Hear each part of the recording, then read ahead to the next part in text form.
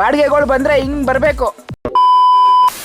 ಬೆಳಗ್ಗೆ ನಮ್ಮ customer phone ಮಾಡ್ಬಿಟ್ಟು ಬೈಲಿ ನಾನು ಕೆಲಸ ಮಾಡೋದು ಮನೆ ಸಾಮಾನುಗಳು ಸೆಕೆಂಡ್ಸ್ ತಗೊಂಡಿದ್ದೀನಿ ನಮ್ಮ ಊರಿಗೆ ಹಾಕೊಟ್ಬಿಡು ಅಂದ್ರು. ಹೋಗಿ ನಮ್ಮ ಹುಡುಗನ ತಗೊಂಡು ಹೋಗಿ ಮೆಟೀರಿಯಲ್ ನೋಡಿದೆ ಅಷ್ಟೊಂದು ಜಾಸ್ತಿ ಇದ್ದಿಲ್ಲ. ಅದಕ್ಕೆ ನಮ್ಮ ಹುಡುಗನ್ಗೆ ಹೇಳ್ಬಿಟ್ಟು ಗಾಡಿಗೆ ನೀಟಾಗಿ ಲೋಡ್ ಮಾಡಿಸ್ಕೊಂಡು ಐಟಮ್ ಇಲ್ಲೇನು ಹೇಳ್ಕೊಳ್ಳೋಂಥ ಮೆಟೀರಿಯಲ್ಗಳು ಏನಿದ್ದಿಲ್ಲ. ಒಂದು ದಿವಾನ್ ಇತ್ತು, ಇದೊಂದು ಸೋಫಾ ಎತ್ಕೊಂಡು ಹೋಗಿದ್ದಿಲ್ಲ. ಇದೊಂದೇ ದೊಡ್ಡ ಐಟಮ್ ಇದ್ದಿದ್ದೀನೆಲ್ಲ ಸಣ್ಣ ಪುಟ್ಟ ಐಟಮ್ಗಳೇ. ನಾನು ನಮ್ಮ ಹುಡುಗ ಸೇರಿ ಇಬ್ರು ನೀಟಾಗಿ ಲೋಡ್ ಮಾಡ್ಬಿಟ್ಟು ಎಲ್ಲ ಚಿಕ್ಕ ಚಿಕ್ಕ ಐಟಮ್ಗಳೇ ಇದ್ದಿದ್ದು ನೀಟಾಗಿ ಗಾಡಿ ಲೋಡ್ ಆಗೋಯ್ತು. ನಮ್ಮ ಹುಡುಗ ವಿಡಿಯೋ ಮಾಡಬೇಡ ಅಂತಿದ್ದು ಅವನೊಂದು ವಿಡಿಯೋ ಇಟ್ಕೊಂಡೆ. ಬೇಗನೆ ಲೋಡ್ ಆಯ್ತು ಗಾಡಿ. ಅಷ್ಟೊಂದೇನು ಜಾಸ್ತಿ ಮೆಟೀರಿಯಲ್ ಇಲ್ದಿರೋ ಕಾರಣ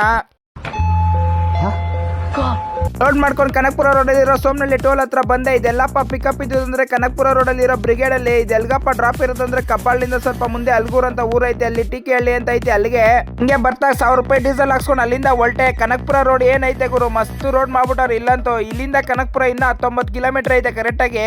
ನಾನು ಲೋಡ್ ಪಾಯಿಂಟ್ ಹೋಗೋ ಅಷ್ಟಲ್ಲಿ ಕಸ್ಟಮರ್ಗಳು ಅಂಕಲ್ ಎಲ್ಲ ಗುಡ್ಡೆ ಹಾಕೊಂಡು ಸೈನಿಕರು ತರ ಕಾಯ್ತಾ ಇದ್ರು. ನನ್ನ ಗಾಡಿ ಹಾಕಿದ ತಕ್ಷಣ ಒನ್ ಬೈ ಒನ್ ಎಲ್ಲರೂ ಸೇರಿ ಒಂದೊಂದು ಐಟಮ್ ಎತ್ಕೊಂಡೋಗಿ ಅನ್ಲೋಡ್ ಮಾಡಿ ಕೊಟ್ಬಿಟ್ರು ಗಾಡಿನ 2 ನಿಮಿಷಕ್ಕೆ. ಆಯ್ತು. ಆಮೇಲೆ ಇಲ್ಲಿರೋ ಕಸ್ಟಮರ್ ಎಷ್ಟು ಒಳ್ಳೆಯವ್ರು ಅಂದ್ರೆ ಗಾಡಿ ಎಲ್ಲ ಅನ್ಲೋಡ್ ಆದ್ಮೇಲೆ ಅವ್ರ ಮನೆಯಿಂದ ಎಳ್ಳೀರ್ ಮರದ ಹತ್ರ ಕರ್ಕೊಂಡು ಹೋಗ್ಬಿಟ್ಟು ಎಳ್ಳೀರೆಲ್ಲ ಇಳಿಸಿ ಅವರೇ ಕೊಚ್ಚಿ ಕೊಟ್ರು ಗುರು. ಈ ತರ ಕಸ್ಟಮರ್ ನೋಡ್ಬಿಟ್ಟು ನನ್ಗಂತೂ ಫುಲ್ ದಿಲ್ ಖುಷಿ ಆಗೋಯ್ತು. 2-3 ಎಳ್ಳೀರ್ ಕುಟ್ಕೊಂಡು ಹಂಗೆ 2-3 ಗಾಡಿಗೆ ಹಾಕೊಂಡು ಇಲ್ಲಿಂದ ಹೊಲ್ಟೋ. ಈ ಬಾಡಿಗೆ ನನಗೆ 3000 ರೂಪಾಯಿ ಸಿಕ್ತು. ಈ ವ್ಲಾಗ್ನ ಇಲ್ಲಿಗೆ ಎಂಡ್ ಮಾಡ್ತಾ ಇದ್ದೀನಿ. ಮತ್ತೊಂದು ವಿಡಿಯೋದಲ್ಲಿ ಮತ್ತೆ ಸಿಗೋಣ. ಓಕೆ ಬಾಯ್.